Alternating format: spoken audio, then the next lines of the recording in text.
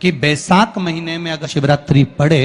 और उस शिवरात्रि पर एक कलश का पात्र, लोटा तांबे का या मिट्टी में रखा हुआ जल पात्र में लेकर एक बेलपत्र का छोटा सा भाग उसमें छुआया हुआ, और फिर निवेदन कर रहा हूं अगर बेलपत्र उस दिन नहीं मिले तो पात्र लेकर चले जाना मंदिर में। मंदिर में शंकर जी पे तो बेलपत्र चढ़ी होगी ना, अरे बोलो तो जरा, चढ़ी होगी ना। उसी बेलपत्र को धोकर फिर जल के पात्र में उसको छुआकर फिर शंकर भगवान को भाव से, दिल से जो चाहते हो, धन वैभव संपदा सत्ता या रोग से मुक्ति, चाहे उदर से जुड़ी हो। हाँ, एक चीज का ध्यान करना, अगर संपदा के लिए, विवाह के लिए या विद्या के लिए या अन्य चीजों के लिए आप शिव जी को जल चढ़ा रहे हो तो उसके जल को उठाकर नहीं लाना है। और अगर रोग के लिए जल चढ़ा रहे हो कि मुझे ये तकलीफ है, घर में ये बीमारी चल रही है या रोग चल रहा है या किडनी का या लीवर का या कैंसर का या ब्लड प्रेशर का, तो जो जल तुमने समर्पित करा उसको लेकर आकर आचमन भी करना। कौन से दिन? जम के बोलो जरा। शिवरात्रि शंकर कह रहे हैं, मां उमा से, मां पार्वती से मेरा महेश कह रहा है, मेरा बाबा भोलेनाथ, मेरा बाबा विश्वनाथ, मेरा त्रिकालदर्शी कैलाशी अविनाशी कह रहा है कि हे पार्वती,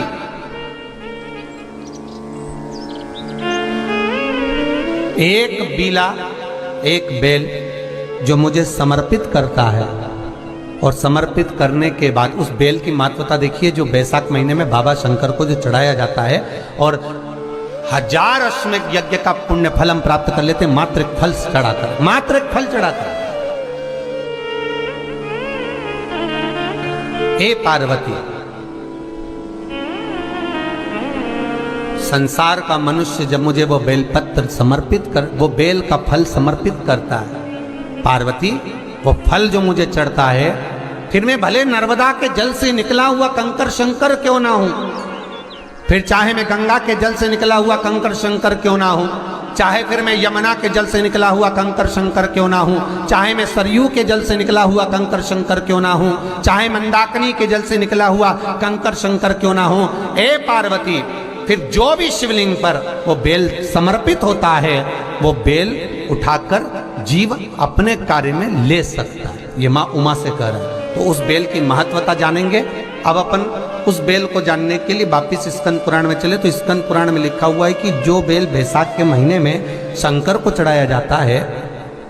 वो बेल का फल उठाकर रख लिया जाता है। बैसाख के महीने में उस चढ़े हुए, बाकी के आपको बेल का फल खाना हो तो बात दूसरी, पर चढ़ा हुआ जो बेल का फल है वो पूरा बैसाख नहीं खाना। बैसाख के बाद में अगला जो महीना आए, उस महीने के अंदर उस फल के अंदर का गुर्दा निकालकर उसको सुखा लीजिए, और सुखाकर जिस व्यक्ति को पथरी की बीमारी हो और जिस व्यक्ति को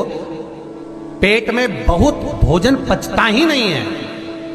पूरा शरीर पाचन क्रिया बेकार हो गई, उस व्यक्ति को केवल 7 दिन तक शंकर पर चढ़ा हुआ वो बेलपत्र प्रदान कर दीजिए, पथरी भी बाहर और पाचन क्रिया भी ठीक, जिंदगी भर तकलीफ नहीं। उस बैसाख में उस फल की इतनी महत्वता बाबा भोलेनाथ स्कंद पुराण, लिंग पुराण, नर्मदा पुराण, पद्म पुराण के अंतर्गत, शिव महापुराण के अंतर्गत वर्णन कर, उसकी महत्वता है। वो बेल का फल साधारण नहीं हो सकता। अब मंदार का जो पुष्प होता है, आंकड़े का जो फूल होता है, एक सफेद कलर का भी होता है और एक गुलाबी कलर का भी होता है। देखा है आप लोगों ने? बोलो, जम के बोलो, देखा है ना? गुलाबी कलर का जो पुष्प होता है वो आप मंदार का, आंकड़े का जो गुलाबी कलर का पुष्प होता है, आप टीवी पे देख रहे होंगे, एक सफेद देख रहे होंगे, एक मंदार का गुलाबी फूल, नीला कलर का फूल देख रहे होंगे। जो नीला कलर का जो पुष्प होता है, गुलाबी कलर का जो आंकड़े का फूल होता है, प्रयास करना, जब किसी विषम परिस्थिति में फंस गए, विषम परिस्थिति, जब आपको लग रहा है कि मुझे बहुत भय लग रहा है, कुछ बुरा होने वाला, आपको लग रहा है आज मेरी उल्टी आंख बहुत फड़क रही है, कुछ गड़बड़ होने वाला है, आपको लग रहा है मेरी सीधी आंख फड़क रही, कुछ गड़बड़ होने वाला है, तब केवल वो नीला जो गुलाबी पुष्प है मंदार का, उसको कहीं से लाकर शिवालय में अशोक सुंदरी वाली जगह पर स्पर्श कर कर शिवलिंग पर आप चढ़ा दीजिए। आपकी विषम परिस्थिति कैसी भी होगी, वो रास्ता बनाकर बाहर निकल जाएगी, आपको फंसना नहीं। परेशान मंदार आकर सफेद आंकड़े का पुष्प भी भगवान शिव को समर्पित होकर, जैसे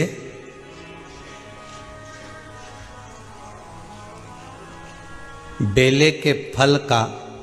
गुर्दा, बेल का जो फल होता है, बेलपत्री का फल, उसका जैसे गुर्दा, उसके अंदर का जो भाग होता है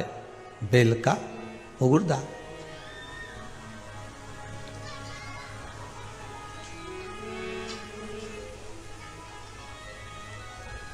उसको अग्नि में जलाकर उसकी भस्म तैयार कर कर छान कर जब जब आपके यहां विद्वान ब्राह्मण शिव जी का अभिषेक कराते हैं, पूजन कराते हैं, तो उसमें लिखते हैं पूजन के साहित्य में बेलपत्री, धतूरा, दुर्वा, ये उसमें नीचे लिखेंगे भस्म। लिखते कि नहीं लिखते? लिखते हैं ना, भस्म अभिषेक में चाहिए रहती है। तब उस भस्म का थोड़ा सा भी भाग आप अगर शिव को समर्पित कर रहे हो तो ये जान लें कि शंकर मनवांछित फल प्रदान कर रहे हैं, शिव फल प्रदान कर रहे हैं।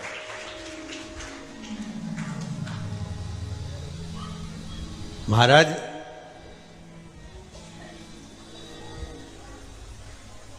बेलपत्री के वृक्ष के नीचे बैठकर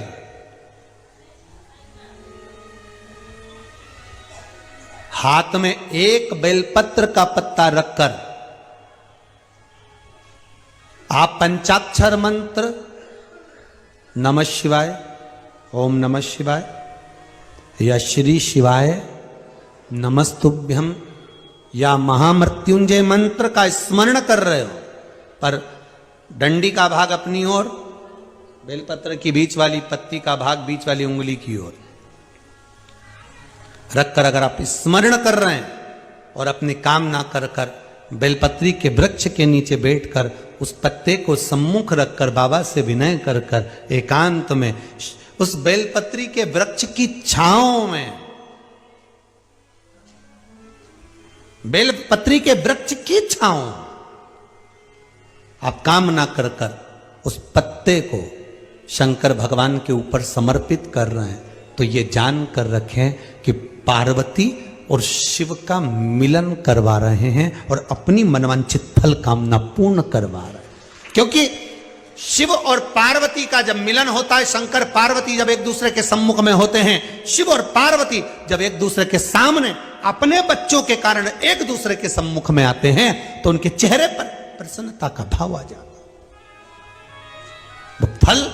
मनवांचित फल की कामना आप जिस कामना के लिए कर रहे हैं, विवाह के लिए, नौकरी के लिए, सर्विस के लिए, व्यापार के लिए, रोग मुक्ति के लिए, आप जिस कामना से कर रहे हैं। ईश्वर महादेव, जो व्यक्ति पथभ्रष्ट हो जाए, जैसे मदिरा के नशे में पड़ गया, कहीं जुए में पड़ गया, कहीं मांसाहार में पड़ गया, कहीं व्यसन में पड़ गया, कहीं गलत काम में अगर कोई जा रहा है, तो श्रंभेश्वर महादेव के नाम से काली तिल भगवान शिव को समर्पित करी जाती है। महाराज काली तिल को वापस उठाकर ले आते हैं, उसी काली तिल को जो मदिरा का नशा करने वाला होता है या जो गलत व्यसन में डूबा हुआ होता है, उसको वो सुबह के समय अगर नहीं खाता तो भोजन के साथ उसको दिया जाए। श्रंभेश्वर महादेव,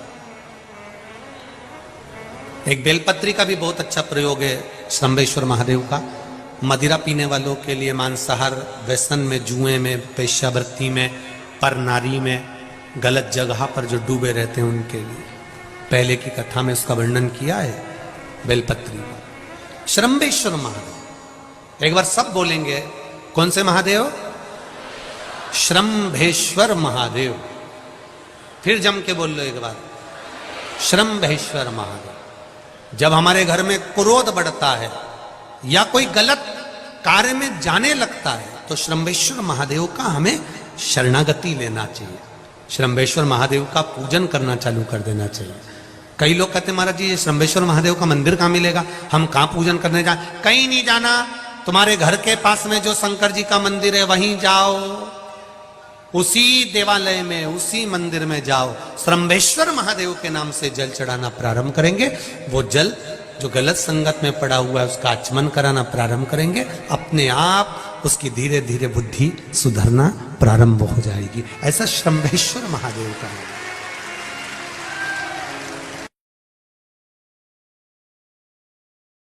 का गुर्दा,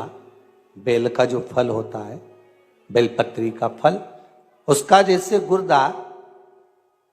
उसके अंदर का जो भाग होता है बेल का, वो गुर्दा।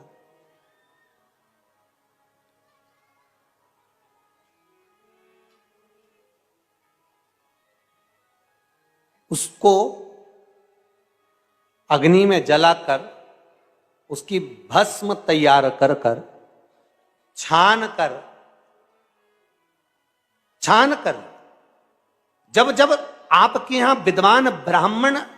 शिव जी का अभिषेक कराते हैं, पूजन कराते हैं, तो उसमें लिखते हैं पूजन के साहित्य में बेलपत्री, धतूरा, दुर्वा, ये उसमें नीचे लिखेंगे भस्म। लिखते कि नहीं लिखते? लिखते हैं ना, भस्म अभिषेक में चाहिए रहती। तब उस भस्म का थोड़ा सा भी भाग आप अगर शिव को समर्पित कर रहे हो तो ये जान लें कि शंकर मनवांछित फल प्रदान कर रहे हैं, शिव फल प्रदान कर रहे हैं।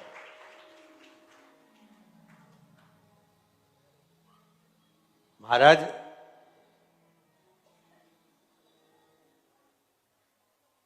बेलपत्री के वृक्ष के नीचे बैठकर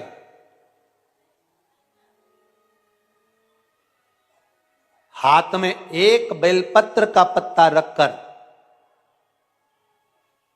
आप पंचाक्षर मंत्र नमः शिवाय, ओम नमः शिवाय या श्री शिवाय नमस्तुभ्यम या महामृत्युंजय मंत्र का स्मरण कर रहे हो, पर डंडी का भाग अपनी ओर, बेलपत्र की बीच वाली पत्ती का भाग बीच वाली उंगली की ओर रखकर अगर आप स्मरण कर रहे हैं और अपनी कामना कर कर बेलपत्री के वृक्ष के नीचे बैठकर उस पत्ते को सम्मुख रखकर बाबा से विनय कर कर एकांत में उस बेलपत्री के वृक्ष की छांव में, बेलपत्री के वृक्ष की छांव आप कामना कर कर उस पत्ते को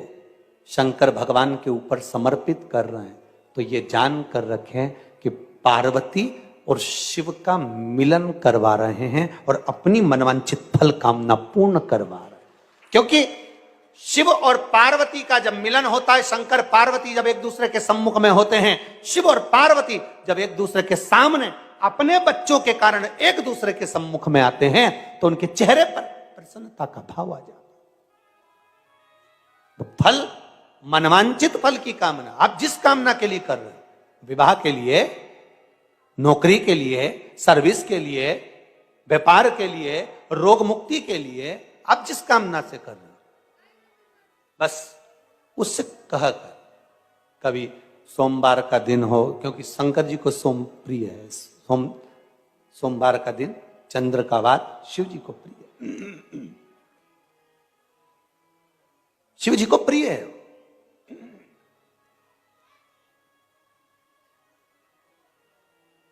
किसी ने पूछा, गुरुजी शिव जी की प्रियता चंद्र में? हां, क्योंकि चंद्र शीतल है,